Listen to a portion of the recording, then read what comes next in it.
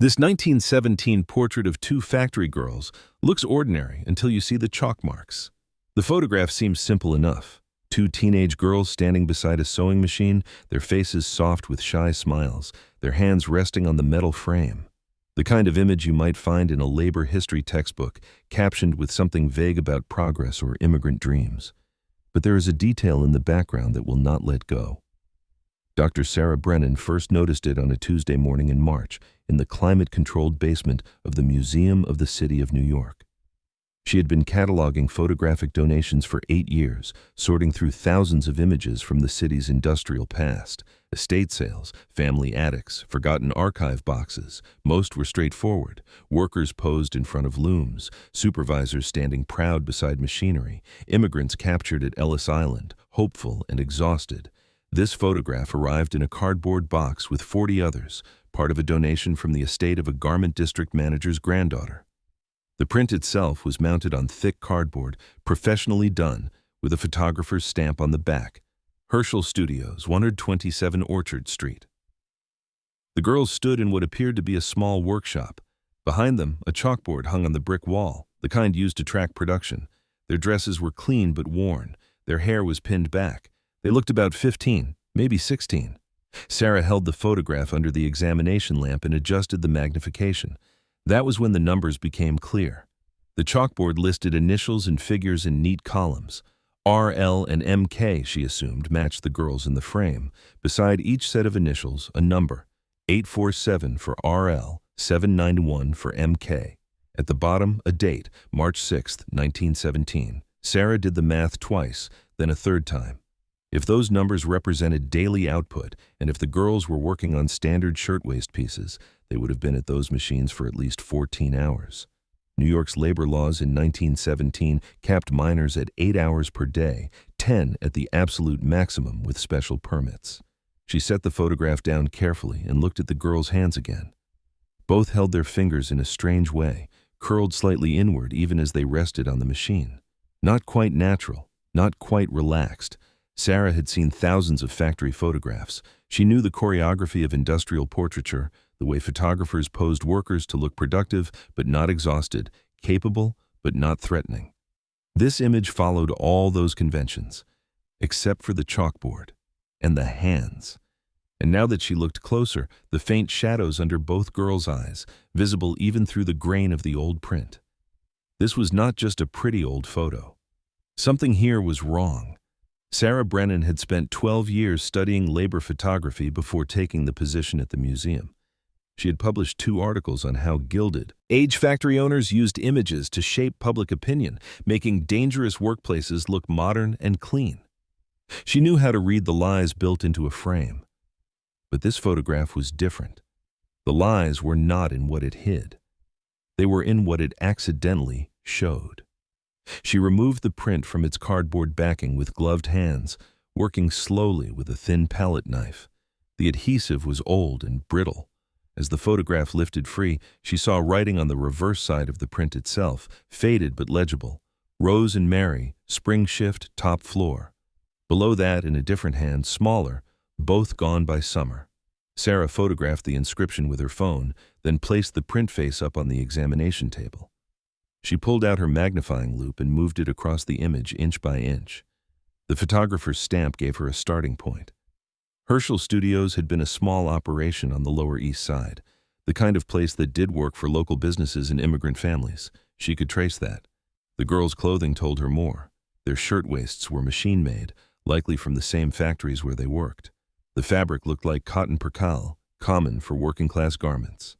Their collars were high and plain, no jewelry visible except for what might have been a small cross on a chain around the neck of the girl on the left, Rose or Mary. Sarah did not yet know which was which. She turned her attention back to the chalkboard. The numbers were written in white chalk, confident and clear. Someone had tracked those figures precisely. Someone had wanted them documented. That struck Sarah as strange. If you were violating labor laws, why would you photograph the evidence? Unless you did not think it was evidence, unless everyone in your world understood that this was simply how things worked. Sarah felt the familiar weight settling into her chest, the one that came when she realized a photograph was not just a historical curiosity but a crime scene. If she walked away now, Rose and Mary would remain two smiling girls in an archive box, their story reduced to a vague caption about immigrant labor. But if she followed the thread, she would have to pull it all the way to the end. She began with the photographer. Herschel Studios appeared in the 1917 city directory, listed under Photographer's Commercial. The proprietor was Samuel Herschel, a German immigrant who had opened his shop in 1902. Sarah found 3 other photographs stamped with his name in the museum's collection, all depicting Lower East Side businesses: a butcher shop, a tailor's storefront, a grocer with barrels of pickles arranged out front, standard commercial work. The address, 127 Orchard Street, led her to property records. The building had housed multiple businesses over the years. In 1917, the ground floor was Herschel's studio. The upper floors were divided between residential tenements and small workshops. Sarah cross-referenced the address with fire insurance maps from the period. The building's top floor had been listed as garment manufacturing, shirtwaists. She called Marcus Chen, a historian at NYU who specialized in garment industry labor. They had worked together before on an exhibition about the Triangle Shirtwaist Factory fire of 1911. Marcus knew the networks of workshops and contractors that had dominated the Lower East Side in those years. Orchard Street, top floor, 1917, Marcus said when she described the photograph. That would have been one of the contractor shops. Not a big factory, maybe 20 machines, mostly young women and girls working on piecework. The contractors took orders from the big manufacturers uptown and parceled out the sewing. It was a way to avoid regulations. Keep the workforce scattered, no unions, pay by the piece instead of by the hour. Would they have kept records? Sarah asked. Some did, depended on the contractor. But those records rarely survived. Most of these operations closed or moved constantly, especially after 1911 when inspectors started paying more attention. Sarah told him about the chalkboard, the numbers, the note on the back of the photograph. Marcus was quiet for a moment. Those numbers are brutal, he said finally. Even for piecework, to hit 800 units in a day, they would have been working from dawn past dark. And if they were minors, that was illegal even then. New York passed its child labor law in 1903, mandatory schooling until 14, limited work hours after that. But enforcement was a joke. Factory owners just falsified the paperwork. Sarah thought about the note again. Both gone by summer. What would that mean? Both gone? Could mean a lot of things. They quit. They moved. They got fired. Marcus paused. Or they got hurt, or sick, or worse. Sarah spent the next 3 days in the archives. She started with census records, searching for Rose and Mary with last names that might fit the initials RL and MK in the right age range, living on the Lower East Side in 1917. She found dozens of possibilities. Rose Levin, Rose Lombardi, Mary Kowalski, Mary Klein. The neighborhood had been dense with immigrants, and record-keeping had been inconsistent. Then she found the death certificates. Rose Levitz, age 16, died June 14, 1917. Cause of death, tuberculosis. Mary Kaminsky, age 15, died July 2, 1917. Cause of death, pneumonia. Both listed the same address on Orchard Street, the building where Herschel Studios had been located. Both death certificates were signed by the same physician, Dr. Abraham Stein. Sarah felt her stomach tighten. 2 girls, same workplace, dead within 3 weeks of each other, both from respiratory illnesses. In the context of 1917 New York, that might have seemed unremarkable. Tuberculosis and pneumonia killed thousands every year, especially in crowded tenement districts. But the timing bothered her, and the fact that both girls had been working those impossible hours. Their bodies pushed past any reasonable limit. She searched for Dr. Stein in medical directories. He had practiced on the Lower East Side from 1909 to 1923, serving mostly immigrant families. His name appeared on hundreds of death certificates from that period. Sarah could not tell from the records alone whether he had been complicit in anything or simply overwhelmed by the sheer volume of death in his neighborhood. The property records gave her the name of the building's owner in 1917, Herman Goldstein. The top-floor workshop had been leased to a contractor named Isaac Brenner. Sarah found Brenner's name in a 1916 court filing, a lawsuit brought by a fabric supplier over unpaid invoices. The case had been settled, no further details. She was building a picture, but it was still incomplete. 2 dead girls, impossible work hours, a contractor who had legal troubles, a photograph that someone had commissioned, possibly as proof of productivity for a client or investor.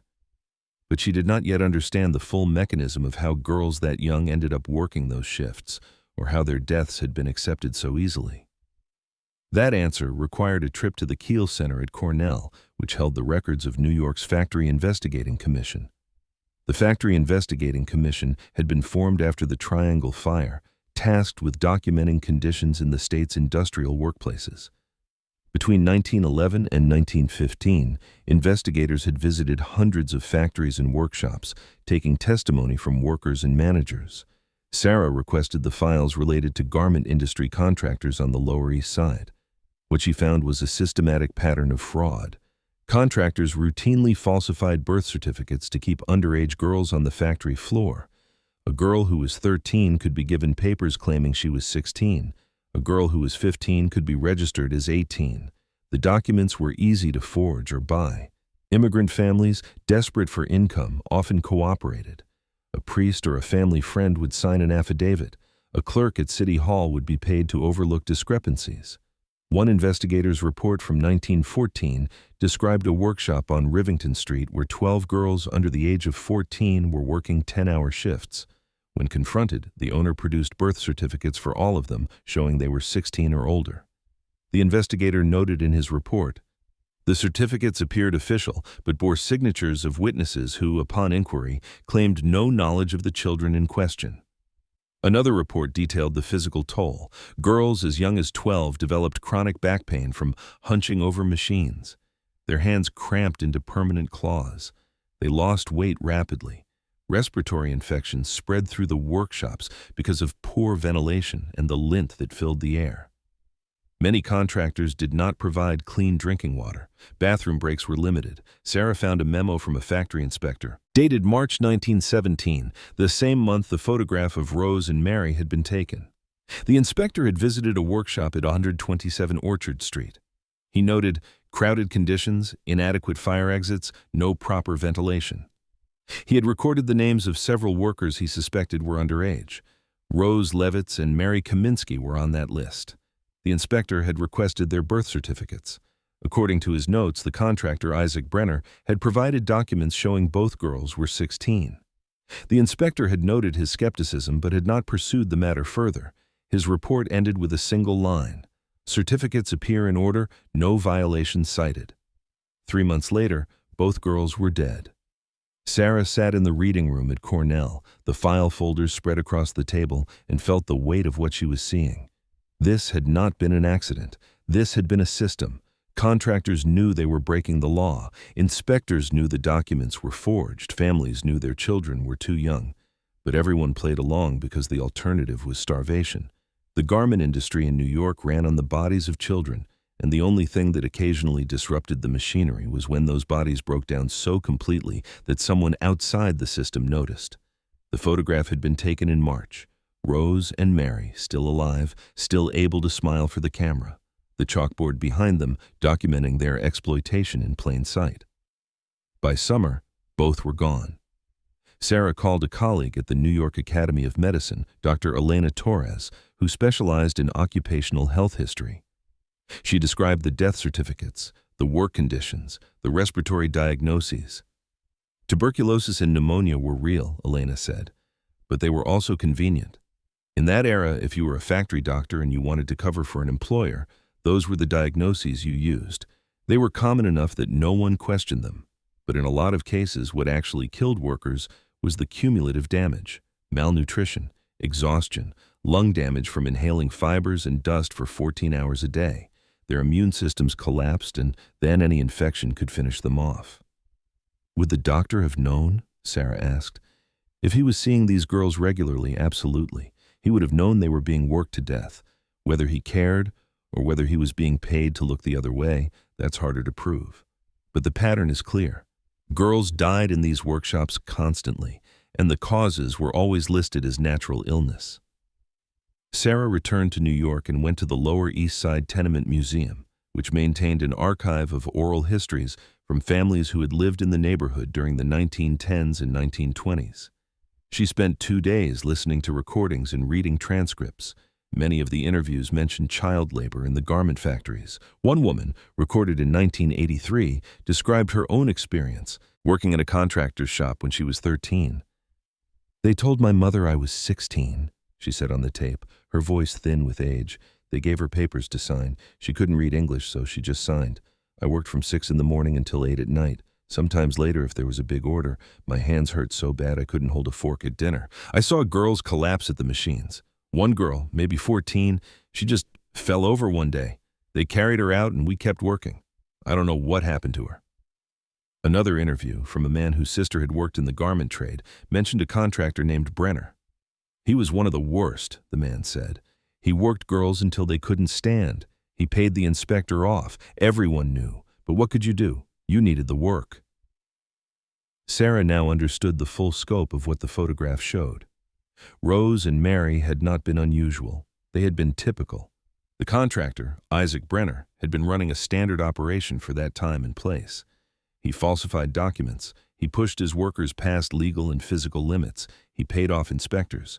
When girls got sick or died, he replaced them. The system protected him at every level. The photograph itself had probably been commissioned for a business purpose. Brenner might have wanted to show a potential client that his shop was productive and modern, or perhaps one of the manufacturers uptown had requested documentation of output. The girls had been posed to look healthy and happy. The chalkboard had been left visible because, in Brenner's world, those numbers were something to be proud of. What Brenner had not anticipated was that the photograph would outlive his workshop, outlive the entire system that had made his business possible, and eventually land in the hands of someone who could read it as evidence. Sarah drafted a memo to her supervisor, the museum's director of collections, outlining what she had found. She proposed an exhibition built around the photograph, contextualizing it within the broader history of child labor in New York's garment industry. She wanted to display the image alongside the factory investigation reports, the death certificates, the oral histories. She wanted to name Rose Levitz and Mary Kaminsky to tell their story in full. The response came back 2 weeks later. The director wanted a meeting. The conference room on the museum's 3rd floor had windows overlooking Fifth Avenue. Sarah sat at the long table with her notes and copies of the photographs spread in front of her. Across from her were the director, Dr. Malcolm Price, and 2 members of the museum's board of trustees. One of the trustees, Helen Rothman, was the great-granddaughter of a garment industry manufacturer who had donated a significant collection to the museum in the 1980s. Malcolm opened the meeting with a careful tone. "Sarah, this is impressive research. You've clearly uncovered something significant, but we need to think carefully about how we present this story." Helen Rothman leaned forward. "My great-grandfather employed thousands of workers. He helped build this city. I understand that labor conditions were different then, but I'm concerned about the museum making sweeping accusations based on one photograph." Sarah kept her voice steady. "I'm not making accusations. I'm presenting evidence. The Factory Investigating Commission documented these practices extensively. The falsified birth certificates, the excessive hours, the bribes to inspectors. This wasn't a secret. It was how the industry operated." "But your memo specifically names the contractor and implies criminal negligence in the deaths of these 2 girls," Malcolm said. "Do we have definitive proof of that?" "I have death certificates, factory inspection reports, and testimony from workers who knew Brenner's operation," Sarah said. "I have a photograph that shows 2 underage girls who worked illegal hours and died within months. The evidence is as definitive as we're going to get for something that happened over a century ago." The second trustee, a lawyer named David Chen, spoke up. "The issue isn't the historical accuracy. The issue is how this reflects on the museum's major donors. Several of our most significant patrons have family histories in the garment trade. If we mount an exhibition that portrays that industry as fundamentally exploitative, we risk alienating them." "Then we risk alienating them," Sarah said. "Our mission is to tell the city's history honestly. That includes the ugly parts." Helen's expression hardened. "This isn't just history. You're asking us to put my family's name in proximity to what you're calling child labor deaths. That's a reputational issue. Your great-grandfather ran a large manufacturing operation, Sarah said carefully. He contracted with shops like Brenner's. That's documented. I'm not claiming he personally did anything illegal, but he was part of a system that relied on this kind of labor. That's not an accusation. It's context. Malcolm held up a hand. Let's take a step back.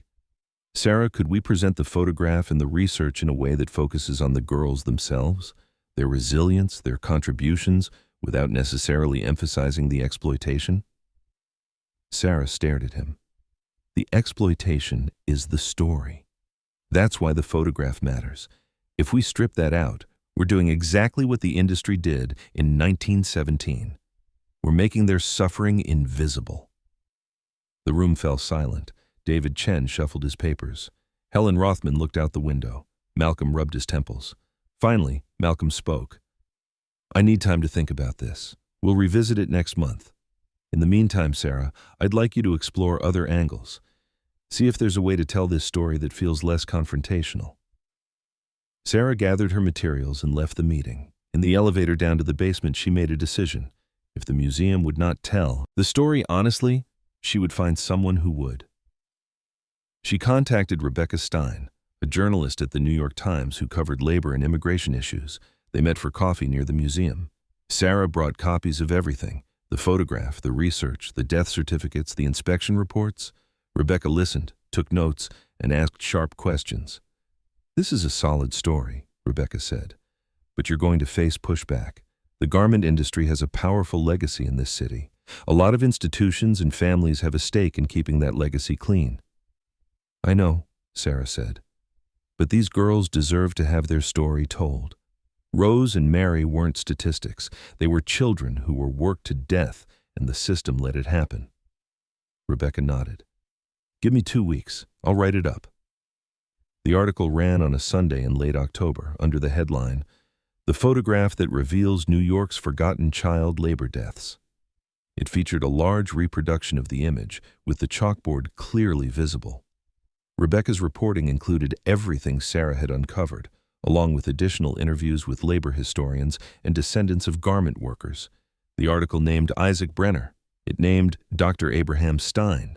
It explained how the system of falsified documents and bribed inspectors had functioned. The response was immediate. The story was shared thousands of times online. Other historians came forward with similar photographs and records from different workshops. Descendants of garment workers reached out to share family stories. One woman emailed Sarah directly, saying her grandmother had worked in the same building as Rose and Mary and had always spoken about the 2 young girls who died that summer. The museum's board met again in November. This time, Malcolm Price called Sarah into his office beforehand.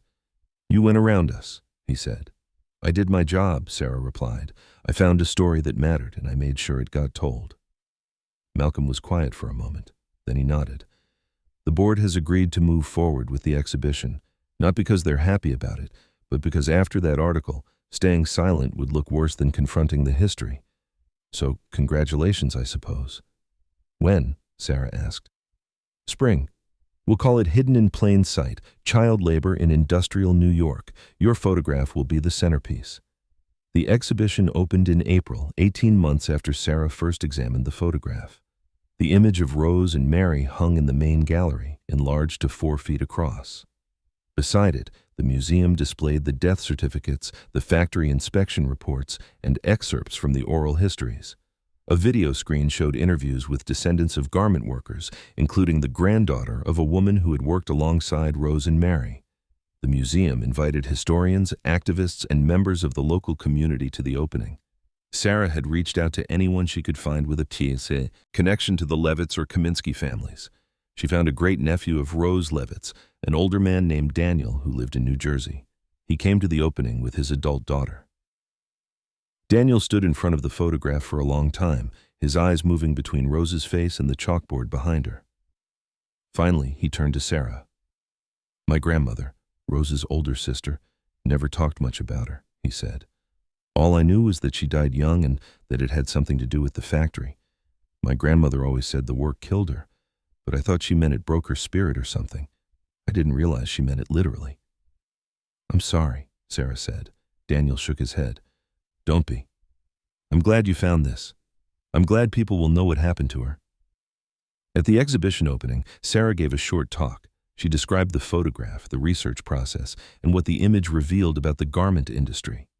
She talked about how factory owners had used photography to create a sanitized version of industrial work, and how sometimes those same images accidentally preserved evidence of the crimes they were meant to obscure.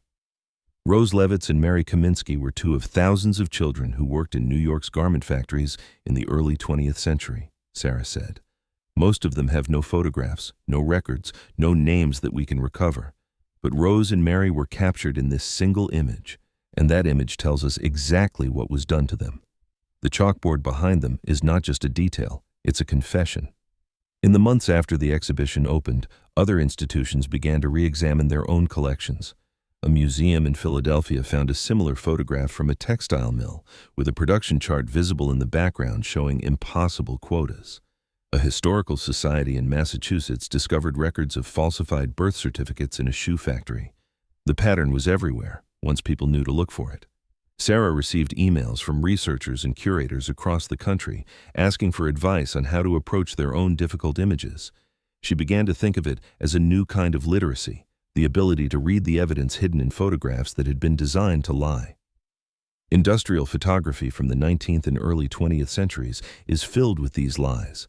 Factory owners commissioned images to show modern equipment, clean facilities, and happy workers. They used those images in advertisements, in reports to investors, and in legal defenses against accusations of unsafe conditions. The photographs were meant to be propaganda. But cameras are indifferent machines. They record everything in the frame. The owner might have posed the workers and cleaned the factory floor, but the camera still captured the child with the curved spine, the woman with the bandaged hand, the man with the hollow cheeks. And sometimes, as in the case of Rose and Mary, the camera captured the numbers in the chalkboard that proved the workers were being destroyed. Sarah kept a print of the photograph on her office wall. She looked at it often, especially on days when the work felt overwhelming. Rose and Mary, standing beside their sewing machine, their hands curled in that unnatural way, their eyes shadowed with exhaustion. They had been dead for over a century, but their photograph was still speaking. The image had traveled a strange path. Commissioned by a contractor to demonstrate productivity, filed away when the workshop closed, passed down through a family that had forgotten its significance, donated to a museum where it might have remained unexamined forever. But because one person had looked closely, because one person had refused to accept the official story, Rose and Mary were no longer invisible. Every museum, every archive, every family attic holds photographs like this one. Images that seem ordinary at first glance, images that have been labeled with innocent captions or filed under vague categories. But if you look closely, if you refuse to accept the surface story, the truth is often there. A chain where there should be none, a number that does not add up, a face that shows what words were never allowed to say. The work of reading these photographs is the work of restoring dignity to people who had none when the camera clicked. It is the work of turning evidence back into testimony. It is the work of making sure that the systems that exploited them cannot also erase them. Rose Levitz and Mary Kaminsky worked themselves to death in a workshop on Orchard Street in the spring of 1917. Their employer falsified their ages. Their doctor covered up the cause of their deaths. The system that killed them moved on without pause. But the photograph remained, and more than a century later, the chalk marks on that board finally told the truth.